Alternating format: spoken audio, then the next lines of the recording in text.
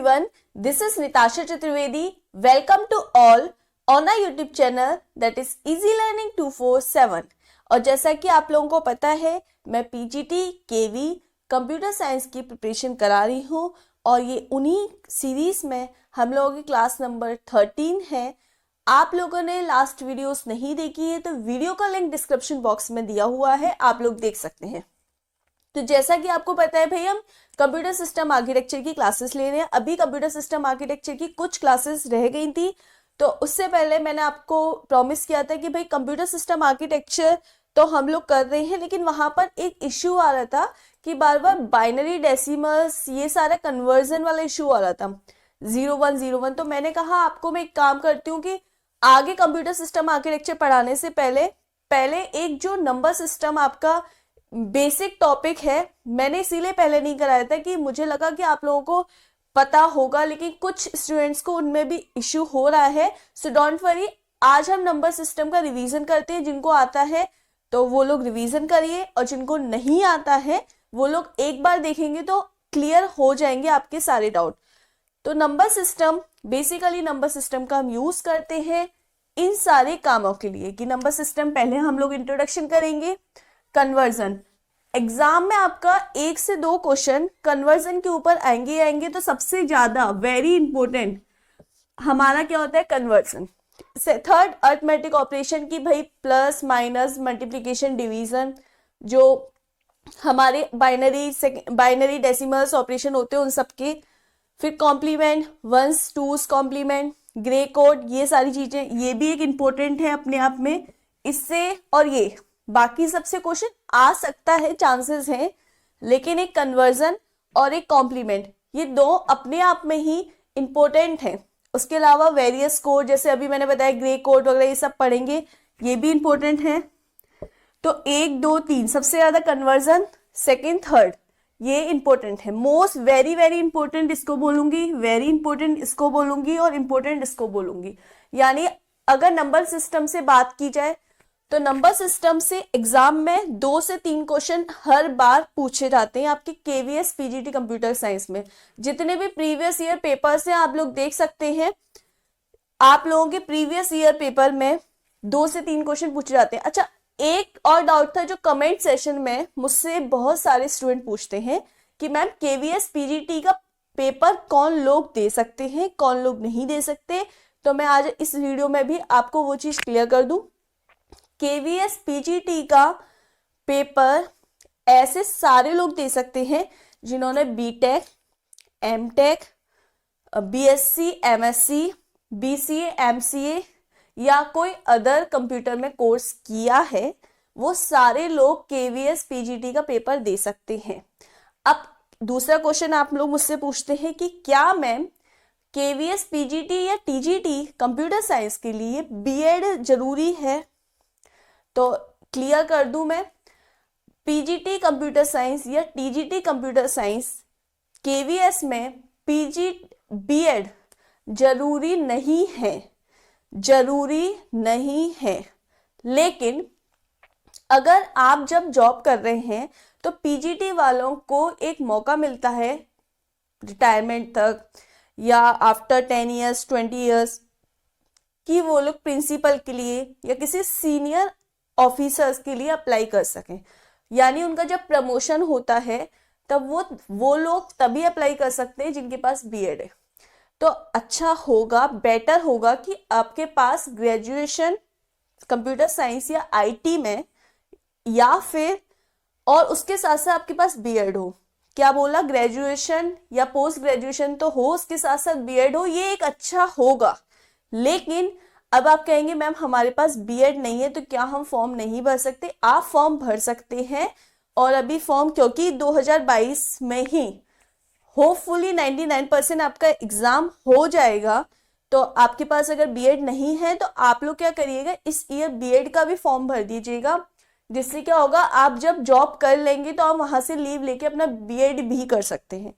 इससे आपकी अगर जॉब केवी में भी लग जाएगी तो आगे आपको प्रमोशन मिल जाएगा। आपकी जॉब उस लेवल की लगेगी, लेकिन आपका जो लेवल है प्रमोशन के लिए वहां बीएड जरूरी होता है। प्रमोशन के लिए बीएड रिक्वायरमेंट होता है, अगर आपके पास बीएड है तो ही होगा, नहीं तो नहीं होगा। तो इसीलिए ये बेटर है कि भाई आप फॉर्म भर सकते हैं, केवीएस पीजीटी के लिए अप्लाई कर सकते हैं, पर प्रमोशन आपका नहीं होगा बिना बीएड के।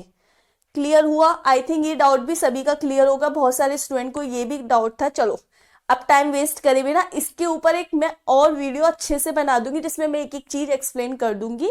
फिलहाल आज का टॉपिक है, हम टाइम वेस्ट करे बिना स्टार्ट करते हैं।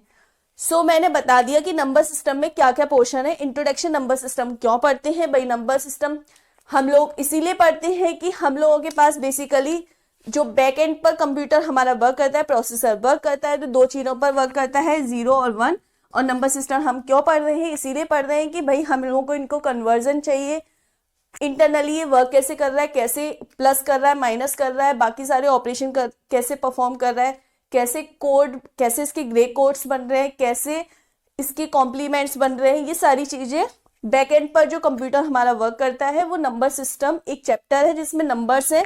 हमारा प्रोसेसर 0 1 समझ रहा है तो किस तरीके से समझ रहा है, कैसे कन्वर्ट कर रहा है, वो सारी चीजें हम इसमें पढ़ते हैं। क्लियर? आपको पता चल गया हमारा कंप्यूटर दो चीजों को समझता है, 0 और 1। अब क्या करता है, आज की क्लास में हम कन्वर्जन देखेंगे। ठीक है, नंबर सिस्टम में बहुत सारे नंबर्स के बारे में एडिशन, सब्सट्रैक्शन ये सब करते हैं, लेकिन मोस्ट इंपोर्टेंट नंबर सिस्टम जो हम कन्वर्जन करते हैं जिनका, वो कौन कौन से नंबर्स हैं भाई? हमें पता है कि एक होता है बाइनरी। बाइनरी का मतलब होता है 0 और 1। बाइनरी में बेसिकली कितना नंबर होते हैं? 2। तो ये 2 क्या है? अगर मैं बोलूं बाइनरी, तो बाइनरी में 2 ही नंबर है, 0 या 1। तो ये 2 क्या है? इसका 2 है बेस। तो यहां से एक चीज निकल के आई, बेस और रेडिक्स। ये 0 1 क्या है? रेंज। क्या है? रेंज, जिसे बोलते हैं रेडिक्स। क्या बोलते हैं भाई? रेडिक्स। ये भी पूछा जा सकता है कि किसी भी नंबर का, तो इसका एक फॉर्मूला बनता है n, और रेंज होती है 0 से n-1 तक। ठीक है, ये हो गई रेंज, ये हो गया बेस, और ये हो गई रेंज n-1 तक, 0 से। मतलब ये रेंज और ये बेस। जैसे कि अगर मैं बोलूं कि डेसिमल नंबर है, तो डेसिमल नंबर कितना? डेसिमल मतलब, डेसिमल का मतलब 10। तो जिसका बेस 10 हो वो डेसिमल। और डेसिमल की अगर मैं रेंज की बात करूं, तो डेसिमल की रेंज क्या हो गई? 0 से 10-1 यानी 9। तो 0 से आप 9 तक काउंट करोगे, 0 1 2 3 4 5 6 7 8 9, कितने नंबर हो गए टोटल? 10। तो डेसिमल का जो बेस है वो 10, और जो रेंज है यानी रेडिक्स है वो 0 से 9। क्लियर? सिमिलरली अगर मैं डेसिमल के अलावा जो बहुत सारे नंबर्स होते हैं आप अपने हिसाब से कर सकते हैं, लेकिन जो मोस्ट कॉमन कन्वर्जन हम करेंगे वो करेंगे बाइनरी, डेसिमल, ऑक्टल और हेक्साडेसिमल। ऑक्टल की रेंज, ऑक्टल का मतलब जिसका बेस 8 हो, तो ऑक्टल की रेंज यानी रेडिक्स 0 से 7। हेक्साडेसिमल कितना बेस हो गया? 16, और रेंज 0 से 15। क्लियर? अब देखिए भाई, हमारे पास जो नंबर होते हैं, अगर वो 0 1 2 3 4 5 6 7 8 9 10 11 12 13 14 15 16। ठीक है, अब आप कहेंगे मैम ये आप काउंटिंग करिए, इसके अलावा जितने भी नंबर हो आगे इसके नंबर कितने भी भरते जाएं। अगर 0 से 9 तक हम नंबर को सेम मानेंगे, लेकिन जब भी 10 11 12 हो, ये सब नंबर हो, तो 10 को लिखेंगे A, 11 को B, 12 को C, 13 को D, 14 को E, 15 को F, ऐसे ही आप G। 17 हो तो अब मैम कहेंगे कि मैम हेक्साडेसिमल में तो 0 से 15 होते हैं, तो आपने ये आगे 16 क्यों लिख दिया है? भाई अगर हेक्साडेसिमल से आगे कोई नंबर, ये तो सिर्फ मैं इसीलिए बता रही हूँ हेक्साडेसिमल तक, क्योंकि हेक्साडेसिमल तक ही आपके एग्जाम में आ सकते हैं, लेकिन अगर आगे और भी जितने भी नंबर दिए जाएं उनको हम ABCD से लिखते हैं। Is it okay? उसे हम ABCD EF से डिनोट करते हैं। Is it clear? अब ये कन्वर्जन की बात स्टार्ट करते हैं कि भाई कन्वर्जन कैसे करते हैं। सबसे पहले बात करते हैं कि डेसिमल से अगर हम कोई भी कन्वर्जन करें, कोई भी का मतलब 3 तरीके का ही सिखाऊंगी, बाइनरी, डेसिमल, ऑक्टल और हेक्साडेसिमल, ये 4 हैं। अब एक को किसी और में, इन तीनों में कन्वर्ट करना है। फॉर एग्जाम्पल अगर मैं बात करूं कि मुझे डेसिमल से कन्वर्ट करना है किसी अदर में, किसी भी अदर में। अब ये अदर कोई भी हो सकता है, बाइनरी भी हो सकता है, ऑक्टल भी हो सकता है और हेक्साडेसिमल भी हो सकता है। ठीक है, तो कोई भी नंबर हो सकता है, डेसिमल से कन्वर्ट कर रही हूं किसमें। तो एक कॉमन रूल बताऊंगी, सबको अलग सिखाने से बेटर क्या है, मैं कॉमन रूल बता देती हूँ जो इन सबके लिए वैलिड है। फॉर एग्जाम्पल डेसिमल कोई नंबर ले लेते हैं, मान के चलते हैं 16, ठीक है, और मैं साथ में पॉइंट वाले भी सिखा दे रही हूं जिससे कि आपको वो चीजें क्लियर हो जाए। 16.4, ठीक है, सिंपल से एक नंबर लिया और इसका बेस हमने माना 10 और इसको मुझे कन्वर्ट करना है पहला बाइनरी में। तो बाइनरी का बेस क्या होता है भाई 2। Is it clear? 16.4 को मुझे किस में कन्वर्ट करना है, बाइनरी में। ठीक है, तो सबसे पहले क्या करते हैं, तरीका बिना पॉइंट वाले भी सिखाऊंगी, पॉइंट वाले भी सिखाऊंगी, दोनों तरीके की सिखाऊंगी। तो अभी पहले पॉइंट वाले से इसलिए स्टार्ट कर रही हूं कि एक बार में आपकी क्लियर हो जाए चीजें। देखिए, जो पॉइंट से पहले वाली वैल्यूज हैं और पॉइंट के बाद वाली वैल्यू हैं, तो उनमें हम क्या करते हैं भाई, पॉइंट से पहले वाली वैल्यू में हम लोग करते हैं डिवाइड, पॉइंट के बाद वाली वैल्यू में करते हैं मल्टीप्लाई। किस में करते हैं, जिसमें चेंज करना हो। किस में चेंज करना है, 2 में, तो ये 2 से मल्टीप्लाई, ये 2 से डिवाइड। और डिवाइड भी कैसे, सक्सेसिव, कैसे, सक्सेसिव डिवाइड। देखें, क्लियर है, सिंपल है। यानी पॉइंट से पहले वाली वैल्यू में सक्सेसिव डिवाइड, पॉइंट से बाद वाली वैल्यू में मल्टीप्लाई। चलिए एक समझ लेते हैं। ये क्या है, 16 को लिखा, 2 लिखा इधर। अब 2 8 जा 16, तो 8 टाइम्स इधर गया, कितना बार, 0। 2 4 जा 8, 0। 2 2 जा 4, 0 और 2 1 जा 2, 0। तो इस तरीके से हम लिखते हैं लास्ट से फर्स्ट तक। तो क्या आ गया भाई, 1 0 0 0 0। ठीक है, ये लिख लिया। अब पॉइंट के बाद क्या आएगा, देखें, 0.4 है, 0.4 मल्टीप्लाई किस में करना है, 2 में, तो 2 4 जा 8, तो क्या आ गया 0.8। अब पॉइंट के आगे कोई वैल्यू है, नहीं है, नहीं होती तो हम अपने आप से 0 मान लेते हैं। क्या मान लेते हैं, 0। तो इधर हम इधर साइड से नोट करते जाते हैं, ठीक है, इधर 0 मान ली। अब क्या है, पॉइंट के बाद वाली से अगेन मल्टीप्लीकेशन करते हैं, 0.8 इंटू 2, क्या आ गया, 8 2 जा 16, तो 1.6। अब ये 1 है, इस 1 को नोट कर लिया और पॉइंट के बाद वाली का अगेन मल्टीप्लीकेशन करेंगे, 0.6 इंटू 2, 6 2 जा 12, 1.2, तो 1 को इधर नोट किया और 0.2 इंटू 2, तो 2 2 जा 4, तो 0.4, अगेन 0। ऐसे फिर हम मल्टीप्लीकेशन करते चले जाते हैं और 3 या 4 डिजिट तक नोट कर लेते हैं, ऐसे टॉप से बॉटम तक। तो कैसे, 0 1 1 0, क्लियर, बेस 2 यानी बाइनरी में। समझ में आया, क्लियर हुआ। 16.4 डेसिमल में था, मैंने उसे बाइनरी में कन्वर्ट कर दिया। अब मुझे सिमिलरली इस ऐसे ही डेसिमल को मुझे ऑक्टल में कन्वर्ट करना है, यही रूल। डेसिमल को मुझे हेक्साडेसिमल में कन्वर्ट करना है, यही रूल। कैसे करेंगे देखते हैं, चलो। सपोज मैंने एक नंबर लिया 14.35, क्या नंबर है, बाइनरी। मैंने क्या बोला, मुझे चेंज किसमें, डेसिमल है, और इस डेसिमल से मुझे सारे कन्वर्जन करने हैं। अभी मैंने क्या करके दिखाया था, बाइनरी। अब मुझे क्या करना है, ऑक्टल। तो मैंने क्या बताया, पॉइंट से पहले सक्सेसिव डिवाइड, किसका, जिसमें कन्वर्ट कर रहे हैं, किसका, 8 का। तो 8 1 जा 8, 8 2 जा 16, तो ऑब्वियसली 1 बार जाएगा तो 8 1 जा 8। अब 14 में से 8 माइनस करेंगे, क्या बचेगा 6, क्या बचेगा 6। तो इसको इस तरीके से डिनोट करते हैं। आप कहेंगे मैम 14 से 16 तो बड़ा है, फिर ऐसे कैसे कर सकते हैं? भाई जो आएगा वही करना पड़ेगा ना, रिमाइंडर 6। तो भाई क्या लिखेंगे 16 पॉइंट, अब 35 है 0.35, किसका मल्टीप्लीकेशन करेंगे 8 का, तो 8 का 0.35 में मल्टीप्लीकेशन करेंगे, आ जाएगा 4.28। तो यहाँ पे पॉइंट आया है तो ये 0 इधर नोट किया। अगेन 0.28 इंटू 8, तो 8 8 जा 64, कैरी 6 और 8 2 जा 16, 16 प्लस 6 कितना हुआ 16 प्लस 6, 16 प्लस 6 जोड़ो जल्दी से, 17 18 19 20 21 22 22, तो क्या आ गया 2। अब 0.24 इंटू 8,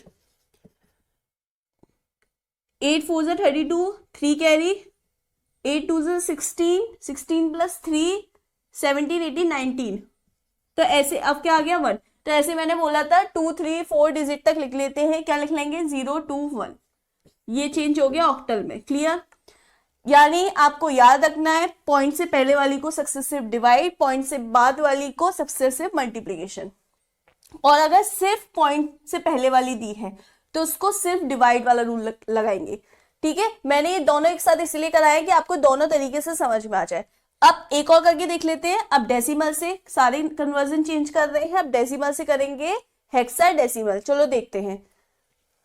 माना 18.4 बाइनरी में, डेसिमल में है, किसमें चेंज करना है हेक्साडेसिमल में।